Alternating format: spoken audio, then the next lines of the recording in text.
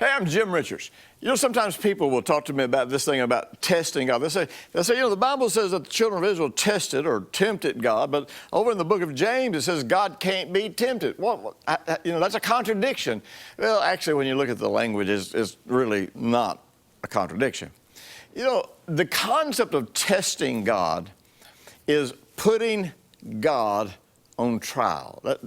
And that's what that word means. And the children of Israel actually put God on trial because their heart was not stable. They really didn't trust God to do the things that He promised to do. And can you imagine how frightening it was to be in the ancient world, surrounded by all of these nations that would kill you in a minute for worshiping a different God than they worshiped? And you don't have an army, you don't have weapons of war, you've never been trained in war, you've been a slave all of your life, and here you are in the middle of nowhere with no resources and no provision. God just saying, just trust me, I will get you there. And so they basically began to waver at the promise. It's like, well, how can God do this? They start trying to figure out, how can God do this? He can't. God can't do this. God can't protect us. God can't get us there. We can't win these battles. So basically, unbelief took them to the place where they were convinced God could not do what He promised. Then they did something that all of us do when we go to judgment. Judgment is when you assume to know why somebody did something, or you assume to know their motives, or when you convict them without evidence. And because you're assuming that they're guilty, whether you know anything, whether you have any evidence or not. So an interesting thing about the way human beings function is this. We are always working to protect our ego. And our ego says we got to be right. We got to prove ourselves right. Well, they needed to prove themselves right against God. So just like them, when you or I are afraid to trust God in an area, we start looking for evidence that will prove that whatever God said He was going to do can't happen.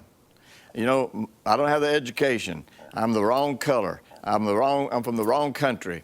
You know, I don't have any money. I don't have any resources. I mean, we just go down this list of all these disqualifiers that says, you know, this can't happen. There's no way God can do this in my life. Or all the doctors have said there's no cure. I mean, we come with all these things, and we look at these resources, these limited natural resources, and we say, okay, based on these natural resources, I'm saying this is impossible for God. And so then they put God on trial and said, okay, God, prove to me that you can do this. Well, in other words, I'm not trusting you. I don't have faith in my heart. I am not saying do this because I trust you. I'm saying I'm putting you on trial and saying prove it because I don't believe you can. I don't believe you will. Well, you know something?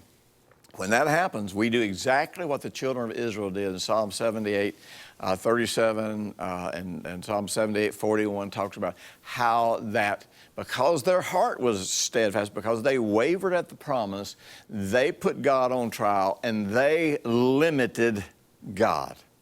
The limits that are happening in our lives about God's power, God's life, what He has to give us, these limits are not caused because God is holding anything back. It's because we have put limits on Him, because everything He's going to do through our heart. And we've decided that He can't do it, and we're going to prove that He can't do it. Why? Just so we can preserve our ego. You know something? I don't think you want to live that way. I don't think most people that are doing that realize that they're doing it.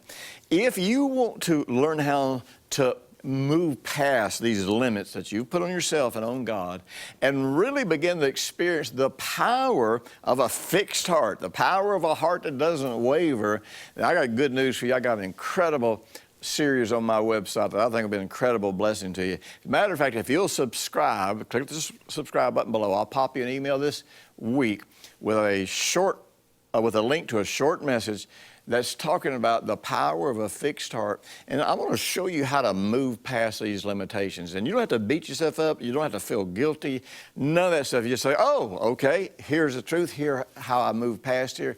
And here's how I start experiencing the abundance of God in my life right now. So be sure, subscribe, click below. Or, you know what, if you got other needs in your life, go check out drjimrichards.com. I got hundreds of free videos that will help you work through almost every problem in life, because you know something? I want to invest in you having the very best life possible. Click below. Talk to you Thursday.